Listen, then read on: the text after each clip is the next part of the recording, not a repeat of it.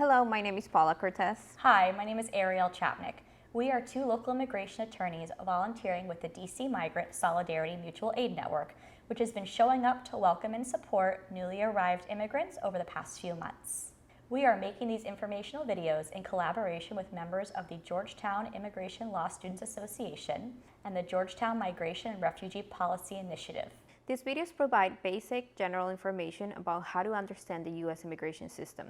The people in these videos are not your lawyers, and nothing here should be considered a specific legal advice. Every immigration case is different, and certain parts of this video may not apply to you.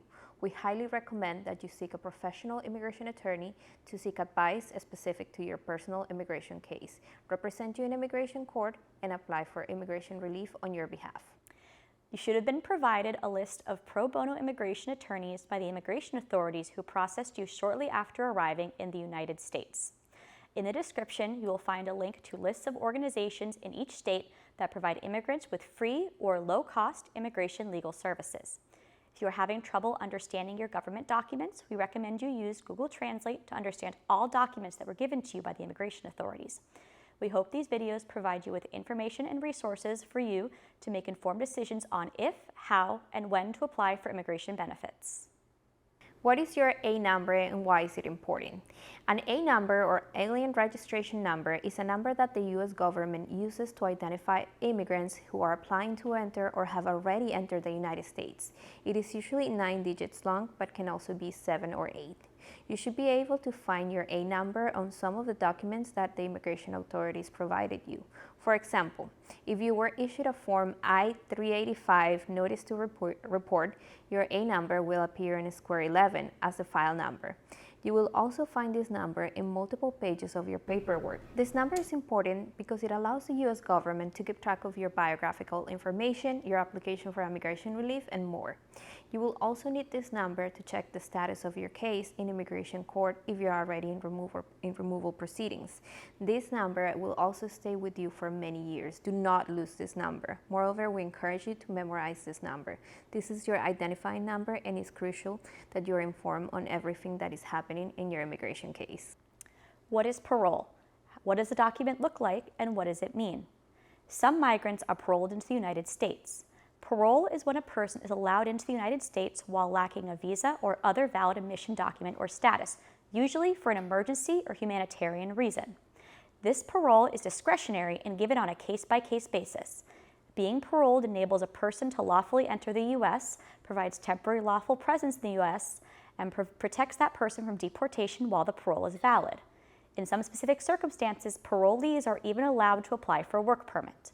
Additionally, when someone is granted parole, that person can potentially adjust their status inside the U.S. if they qualify for certain types of immigration relief. Currently, the U.S. government has been issuing a humanitarian parole to many of those coming through the U.S.-Mexico border. This is an example of an I-94, an admissions document. Do you see the blue stamp?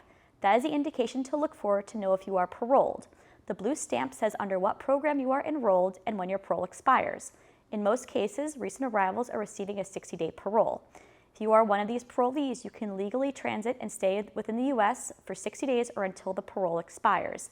After that point, you will start to accrue unlawful presence. Notice to report. Form I-385. This is an example of an I-385, also known as a notice to report. This form has your biographic information as well as your photo. This form is considered as a form of identification by DHS, Department of Homeland Security, and is also accepted by TSA when you're flying domestically as well as by ground transportation companies. 236A, Discretionary Release. If you entered the U.S. without a visa and were not granted parole, you are likely in removal or deportation proceedings already. Even though this sounds scary, you should not panic because removal proceedings can be complex and take a long time. However, it is important to remember that you are likely in removal proceedings, which means that you will have to be extra careful about what you do in the U.S. U.S. law gives ICE permission to detain or arrest anyone who is in removal proceedings, but this law does not require ICE to detain everyone in removal proceedings. There are so many migrants in removal proceedings that it was impossible for ICE to locate and detain everyone. So usually, ICE focuses on detaining immigrants who commit serious crimes or threaten public safety. Most other migrants, like you, are released on their own recognizance. Released on their own recognizance means that you are allowed to fight your immigration case from outside of detention rather than being detained the whole time your case is pending in court. This difference is important because your case will be processed through the court system much faster if you are detained. However, being released on your own recognizance comes with rules and responsibilities that you must comply with in order to avoid being detained by ICE later. For example, you cannot commit any crimes or associate with gang members. You must notify ICE every time you change your residence.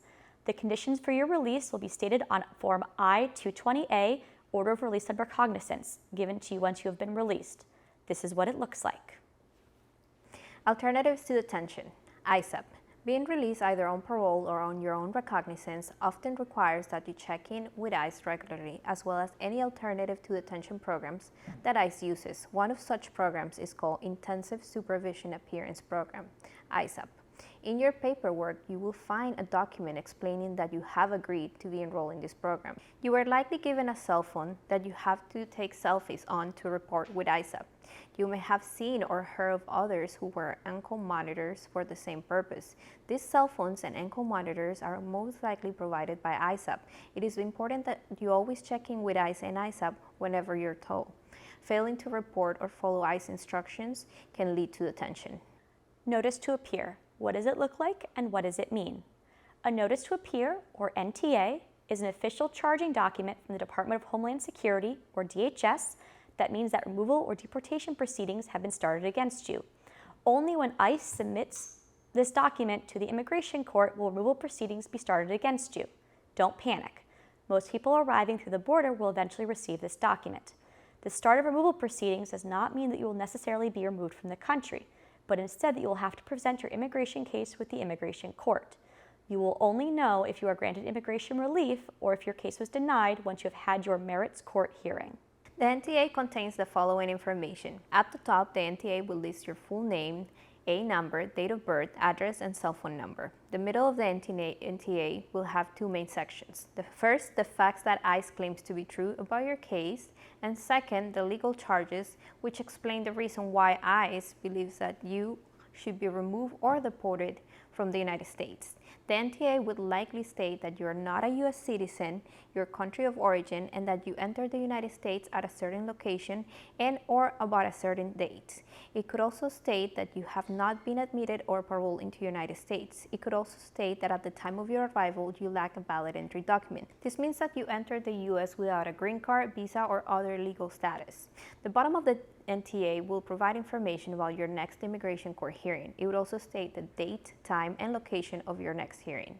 Make sure you write this information down somewhere you will remember. You cannot miss this hearing. If you miss this hearing, you could be ordered removed from the United States. It is possible that your NTA does not say the date, time, and location of your next hearing.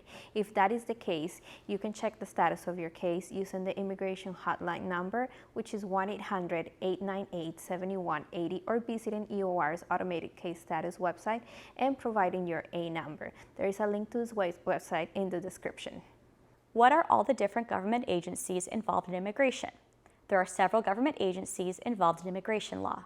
The Department of Homeland Security and the Department of Justice are two of the departments of the government responsible for enforcing and adjudicating immigration law. Let's talk about the agencies under the Department of Homeland Security first.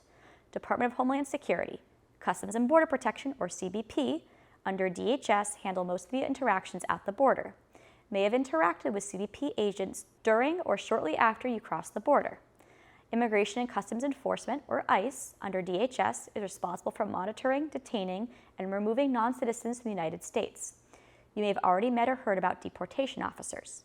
If you are paroled into the United States, you must comply with the ICE rules explaining to you at the border. This includes going in person to ICE offices, reporting telephonically through the ICE-issued phone, charging an ankle monitor. United States Citizenship and Immigration Services, or USCIS, under DHS, is responsible for receiving and processing asylum applications and other forms of immigration relief. Department of Justice. For purposes of your immigration case, the agency associated with the Department of Justice is called the Executive Office for Immigration Review. Its chief function is to conduct removal proceedings in immigration courts and adjudicate appeals arising from the proceedings. EOIR is made of two different parts: the immigration court, which is where you will first present your case. If you lose your case at the immigration court level, a judge will issue a deportation order that will be enforced by ICE. You will usually have several weeks to put your affairs in order before having to leave the country. However, you can also choose to appeal your case and have another chance of fighting it. The body in charge of appeals is called the Board of Immigration Appeals. You have 30 days from the order of deportation to submit a request with the Board of Immigration Appeals for your case to be reviewed again. If you win your appeal, your case will be sent back to the immigration court and your removal process will begin again. If you lose at this level, you might be able to appeal at a federal circuit court. It is very important to remember that you will be interacting with both ICE and the immigration court at the same time during the duration of your removal proceedings. It is important to understand that these are two different agencies, and you will have to continue checking in with ICE as well as attending all of your court hearings. It is also important to share with ICE any paperwork that you submit to the court. An easy way to think about ICE is that they are in charge of your body, like enforcing the laws and where your body is allowed to be in the United States. An easy way to think about the courts is that they are in charge of your case and deciding the merits of your case. Lastly, keep in mind that ICE and the immigration courts tend to be located in different places. It's important you learn how to get to both locations to make sure that you know the dates for all your appointments with each agency. Checking in with ICE and changing your address with ICE. If you were paroled into the United States, you were required to tell the immigration authorities of where you will be staying in the United States. It could be your sponsor's friends or family home. This address is likely printed in one or more of the documents that you receive from ICE. Most recently, those who are being paroled and have no connections in the United States are provided with the address of a shelter in the city where they intend to live. However, it's important to know that this address is only temporary and that you must change it with ICE as soon as you have a more permanent and stable address. If the address that was printed in your paperwork is incorrect or you would like to move, you must also update your address with ICE as soon as you can. Currently, ICE is requesting that you update your address within 60 days of your release from immigration. You can do so by presenting yourself at a local ICE office at a final destination. In your paperwork, you are likely provided the ICE office locations for the area where you intend to live. It's usually in a list of addresses organized by location. However, the information is not always up to date. You should confirm the address for your local ICE office at the link in the description below. If you fail to update ICE with your new address, it is considered a violation of your parole and a violation of your voluntary participation in the Alternative to Detention program. You could be arrested, detained, and deported. In addition to ICE, you also have to update your address with ISAP, the organization in charge of your ICE-issued phone. To do so, change the address in the settings of the phone or take the phone with you to your in-person ISAP check-in for help. Once you turn in your phone into ISAP, you will be required to download the tracking application onto your own cell phone. Lately, the application will only work with 5G bandwidth-capable phones. How to check if you have a court hearing. Your case with the immigration court would only start once ICE has submitted your notice to appear to the court. Before that, you will not get a hearing and you will not be able to see any information on your case or change your address with the court. However, once you are formally in removal proceedings, there are ways that you can stay up to date on the status of your case. Search for your case online. Go to the link below in the description. Enter your A number. Your full name and A number should appear at the top of the web page. Look at the box in the top left corner that says Next Hearing Information. If it says the case is pending, you do not have a hearing coming up. If it lists the date, time, judge's name, and a court address, you do have a hearing coming up. You must physically present yourself at this hearing or you will be ordered removed from the United States. How to check by phone. Call 1-800-898-7180. A machine will answer. Click the button to continue in your language. You will hear a long message about court protocol during COVID-19. Enter your A number. Press 1 to confirm or 2 to re-enter. The machine will spell out your name. Plus 1 to confirm or 2 to re-enter your A number. Press 1 to receive your next hearing date. The machine will tell you where and when your next hearing is. To change your address with the immigration court, you will need to complete the short form EOIR 33 and mail a copy to both ICE and the immigration court. The form looks like this, and you can find more information at the link in the description.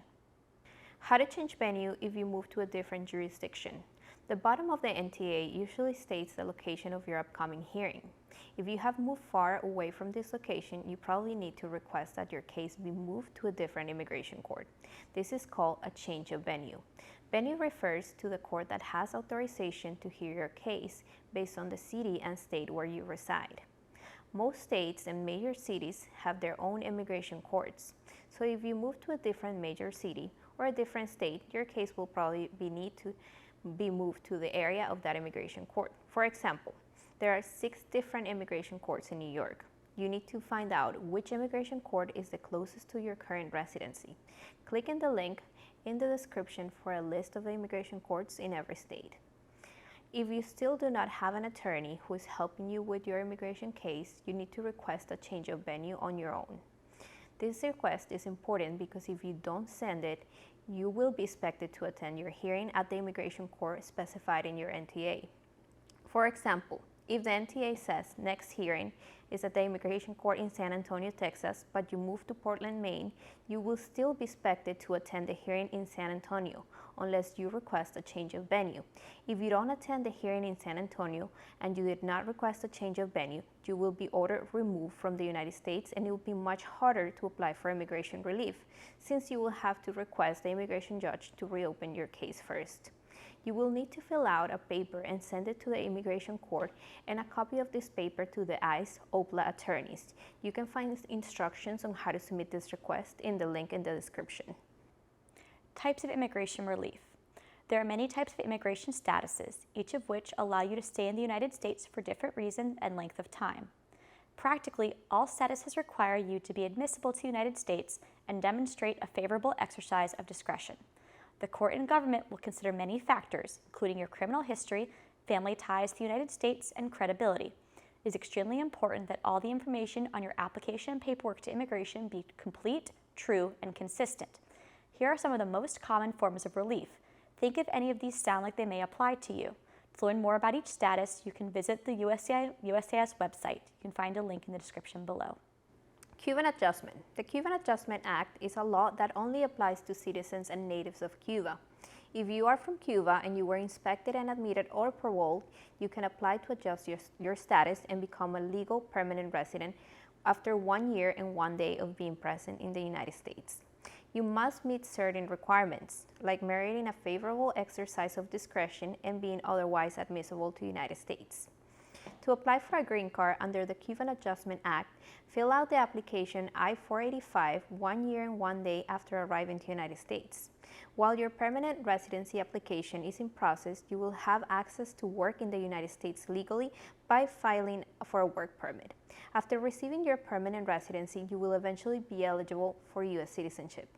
Cubans also have access to special help in the form of social benefits from the U.S. government after their arrival. To find out if you qualify for any assistance, please visit the page at the link in the description. Asylum. Asylum is a form of relief available to those who fear returning to their home country. This fear might be based on previous emotional or physical harm that they suffered, or on the likelihood of future severe emotional or physical harm. This harm is referred to in immigration as persecution. This persecution must be motivated by specific reasons, such as your race, religion, nationality, political opinion, or membership in a particular social group. Being a member of a particular social group means that you share a specific characteristic with others. This characteristic cannot be changed or should not be expected to change. Some examples of these are people who identify as members of the LGBTQIA community or women in certain countries of the world. The person or persons who harmed you are usually referred to as the persecutors. This could include your home government or an agency of your home government, such as the police or military. It can also include any other people or group that your government is unable or unwilling to control, such as a gang, a romantic partner, and a family member, among others. A way to think about your claim for asylum is to ask yourself 6 things. What harm happened to you? Who harmed you? How, when, and where did they harm you? Why did they harm you? Did you seek help from the police? If not, why not? Did you try moving somewhere else in your country? If not, why not? You must submit your application for asylum within 1 year of entering the U.S. If you fail to do so, you must also prove there was a good reason for filing a late asylum application. After 150 days have passed since you submitted your application with USCIS or the Immigration Court, you can also apply for a work authorization document. You can find additional information about applying for asylum and getting a work permit while your asylum case is pending in the description below. U-Visas. U-Visas are available for non-citizens that have suffered mental or physical abuse as a victim of a crime inside of the United States. There are many qualifying crimes, so let's review the most common ones. If you are a victim and survivor of abduction, serious assault, domestic violence, rape, involuntary servitude, or trafficking, you may qualify for a U-Visa. If you were the victim of an attempted crime, you may also qualify for a U-Visa. You must report the crime to the police and be available to assist the police by answering questions about the crime and providing evidence if asked. You must also prove that you suffer significant mental or physical harm as a result of the crime that you experienced. You may do so with the help of a psychological evaluation or medical evidence showing your injuries. T-Visas. If you are a victim of human trafficking in the U.S. or on the way to the U.S., you may qualify for a T-Visa. Human trafficking includes sex trafficking and labor trafficking. Here are some questions that might indicate whether you qualify for a T-Visa. Did someone recruit you to come to the U.S.? Did they pay for you to come and offer you a job in return? Were you forced to work or do anything you didn't want to do on your trip to the U.S.? Did anyone ever take your passport or other ID from you? Were you forced to work to pay off debt once you got to the U.S. or to work for very little or no money? Have you ever been forced to have sexual relations in exchange for money or something of value, such as food, shelter, or security? Have you ever been forced to use drugs or drink alcohol in relation to your work? Have you ever been forced to work long hours or many days without a break? If you're forced or coerced into working or having sex, you may be qualified for a T-Visa. T-Visa applicants must report their trafficking, which they can do with the assistance of an attorney. The reporting requirement does not apply to applicants who are under 18 when the trafficking occurred, or if they can show they were unable to cooperate due to psychological or physical trauma. Family petitions. If you have a parent, child, spouse, or sibling who is a U.S. citizen, that relative may be able to file a petition on your behalf. A parent or spouse who is a permanent resident may also be able to file a submit a petition for you. If you enter the United States legally and were admitted and inspected or paroled, a family petition allows you to adjust your status or become a legal permanent resident without leaving the U.S. Depending on who your relative is, a family petition can take a long time. You should contact your U.S. citizen or legal permanent resident relative to discuss finding an attorney to assist with your family petition. Why is it important to seek an immigration attorney? It is very important that you seek out an immigration attorney to help you with your immigration case because U.S. immigration law is very complex and changes often. You have a significantly greater chance of obtaining immigration relief if an attorney is assisting you. Forms and application requirements can be confusing, and sometimes just one small error can result in your entire application for relief being denied. Moreover, a good attorney can help you plan out the strategy for your case, guide you in collecting evidence relevant to your case, and present your case in a persuasive manner in front of the judge and the ICE attorney. Most importantly, the attorney should assure that immigration authorities are complying with the laws and are giving you your due process, meaning giving you a fair opportunity to present your case. Be aware of scammers or notarios. In the United States, unless a person is an attorney, she is not authorized to practice law and should not be assisting you with your immigration case. People in immigrant communities often scam immigrants by claiming to be able to help with the immigration paperwork and offering much lower prices than real attorneys. Using someone who is not licensed instead of an attorney often leads to forms being completed incorrectly or with fraudulent information, deadlines being missed, and more negative consequences. These mistakes can lead to deportation and other serious consequences, such as being barred from filing other applications for relief. It is always important to ask your attorney where she is licensed and how you can verify that she is indeed a licensed attorney in good standing. It is also important to note if the person claiming to be your attorney signs the paperwork being filled out or if they are capable of attending court with you and representing you in front of the judge. If your attorney is unable or unwilling to do either of these things, she could be a scammer. If you have been scammed by Notarios or Notario services have damaged your case, you can reach out to IUDA's Project End for information on potential remedies available. You can find additional information at the link in the description. For more information about what to expect during your immigration court hearings, please see the link in the description below. Thank you for watching this video. Please feel free to refer back to this video if you need help remembering this general information in the future. Please remember that immigration law can change frequently, so it is extremely important that you speak with an attorney to understand the specifics of your case.